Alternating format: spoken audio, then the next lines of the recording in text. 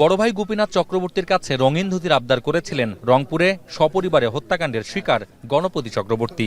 সে আশা পূরণ করতে না পারার আক্ষেপে ক্রমশ পোড়াচ্ছে নিহতের বড় ভাইকে। মরদেহ উদ্ধারের পর সৎকারের সময় চিতার উপরে সেই রঙিন ধুতি দিয়ে ছোট ভাইয়ের শেষ আশা পূরণের চেষ্টা করেন গোপীনাথ চক্রবর্তী।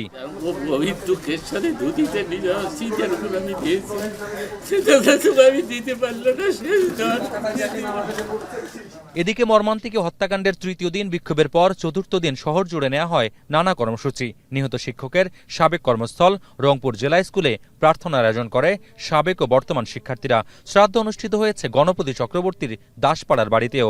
এ উপলক্ষে 4 দিন পর খুলে দেওয়া হয়েছে হত্যাকাণ্ড সংঘটিত হবার স্থান সেই বাড়িটির মূল ফটক। শোকসভার বক্তব্য থেকে উচ্চারিত হয় খুনের আসল রহস্য উদ্ঘাটন ও সঠিক বিচার দাবি। আমাদের তো একটাই, অন্যায়কারী যে হোক, যত বড় শক্তিশালী হোক, তাকে আইনি আইন করা হোক এবং বিচার নিশ্চিত করা হোক। এটা যত দিন যাচ্ছে এটা আমি মনে করি যে এটা ব্যাপকভাবে জনসম্পৃক্ততা বাড়তেছে। খুব দ্রুত যেন এই হত্যাকাণ্ডের বিচারটা হয়। এই হত্যাকাণ্ডের বিচার হলে তাহলে আমরা বুঝবো না আইন তার নিজ গতিতেই চলছে। আমরা জানতে চাই যে এর নেপথ্যে কারা আছে, কারা এই ঘটনা ঘটিয়েছে তাদেরকে দিয়ে, এবং আসলে কি ঘটনা যেভাবে আমাদেরকে বলা হয়েছে সেটা কিনা। এই সাজানো স্ক্রিপ্টটা আমাদের একদমই পছন্দ হয়নি, এটা খুবই দুর্বল। আমাদের শ্রদ্ধেয় স্যার ও তার পরিবারের সকলের বিদ্রোহী আত্মার আবারও চিরশান্তি কামনা করে। এদিকে চাঞ্চল্যকর 4 খুনের ঘটনার স্বচ্ছ অধিকতর তদন্তের জন্য বদল করা হয়েছে তদন্ত সংস্থা। রংপুর মেট্রোপলিটনের কোতোয়ালি থানা থেকে মামলার তদন্তভার দেওয়া হয়েছে ডিবির হাতে। ঘটনাস্থল পরিদর্শন করেছেন পুরনো এবং নতুন তদন্ত কর্মকর্তা।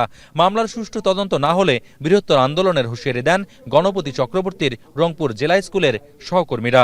শিয়া বাটার ও ভিটামিন সমৃদ্ধ লিলি বিউটি সোপ, তারুণ্যময় উজ্জ্বল ত্বকের জন্য। আমাদের ছাত্ররা শিক্ষা ছেড়ে যেন রাজপথে আর নামতে না হয়, রংপুরবাসীকে যেন আর রাজপথে নামতে না হয়। আপনারা সেই সঠিক পথটা দেখাবেন। যদি তা দেখাতে ব্যর্থ হন, এই আন্দোলন ঠেকানোর পথ, রংপুরের যে আন্দোলন একবার সৃষ্টি হয়, সে আন্দোলন ঠেকানোর পথ আপনাদের থাকবে না। পুলিশ বলছে মামলা ঘিরে যে প্রশ্ন উকিঝুঁকি দিচ্ছে সামাজিক গণমাধ্যমে, সেগুলো গুরুত্ব সহকারে আমলে নেওয়া হচ্ছে।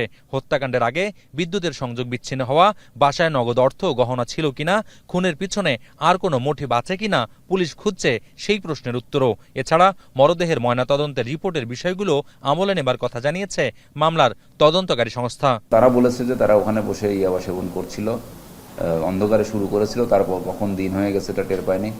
তারপর স্যার যখন হাঁটার জন্য ছাদে এসেছেন তখন তারা স্যার তাদেরকে দেখে ফেলে এবং এটাই তাদের এই স্যারকে হত্যা করার মূল কারণ ছিল। আমাদের কাছে তথ্য দিয়েছিল যে ওরা করছে, এই যে ছেলেটাকে মারার সময় ছেলেটা ঘুমাচ্ছিল, ঘুমন্ত অবস্থায় মেরেছে। কিন্তু পরবর্তীতে কোর্টে যেয়ে বলেছে যে ছেলেটা জেগে গেছে, তাকে চিনে ফেলেছে। সিদ্ধার্থ দাদা তুমি এখানে কেন, এরকম প্রশ্ন করার প্রেক্ষিতে তাকে।